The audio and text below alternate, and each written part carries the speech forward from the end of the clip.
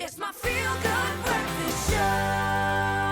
You're on your Feel Good Breakfast show, and today we're delving into the critical topic of safety, especially when it comes to our events. And this is why we're joined by the Executive Director of SACIA. It is Kevin Jones. He is someone who is part of an organization that is all about promoting ethical practices, as well as making sure that safety is number one. Kevin, how are you? I'm fine. Thanks for having me on the show. Thank you so much for coming through. So, Kevin, I mean, we all know just how festive South Africa is. We love events, but more than anything else, we also need to always 100% look at safety when it comes to them. And unfortunately, that's not always the case. So can I ask you, what are sometimes some of the mistakes that these event organizers make when it comes to safety?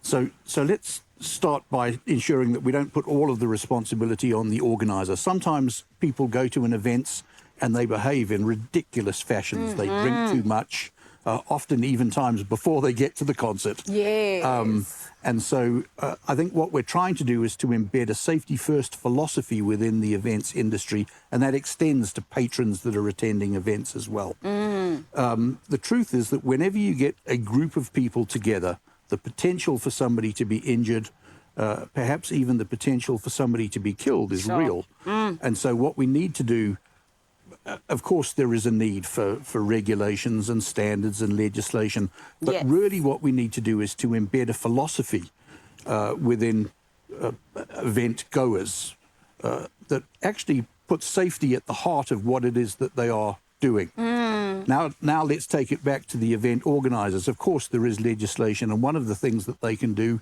is follow the rules. Sure. But, and this is the challenge, whenever there is an event, there are short deadlines, there's a lot of pressure, there's long hours, people are trying to do things in 12 hours that should perhaps take 24 hours, and that's when people get hurt. It's when people are injured. It creates an environment where there's just pressure on everybody and mistakes happen. 100%. And before we delve deeper into that, could you briefly outline what it is that SACIA is doing in order to really just support the events industry and trying to make safety such a big responsibility and more than anything else a priority?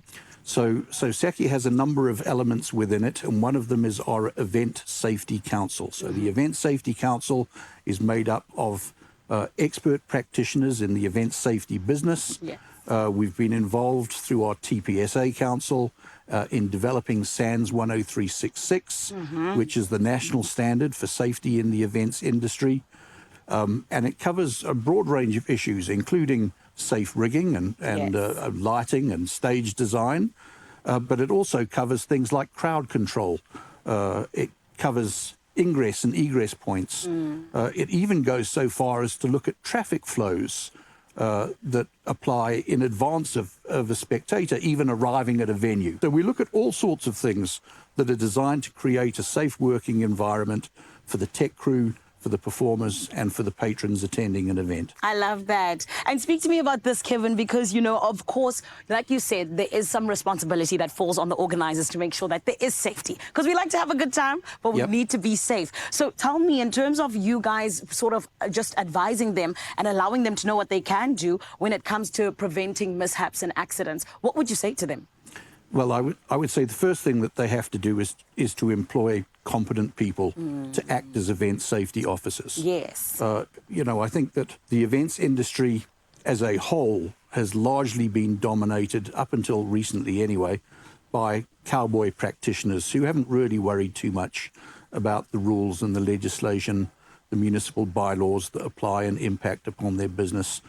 They do what they do, and they do what they can get away with. And so I think the first thing is that we need to change the mindset of event organizers and encourage them to employ competent people that have the education and the work experience that allows them to develop and implement safety protocols at an event for the benefit of all stakeholders. Yes.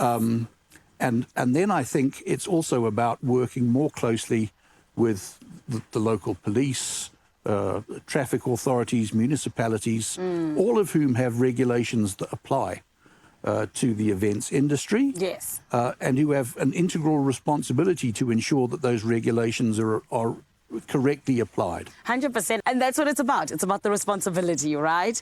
And this is the thing. This is why we're having this conversation, all about the safety as well as making sure that everyone does take that responsibility into their hands when it comes to organizing things like events and festivals. The conversation continues right here on your Feel Good Breakfast Show.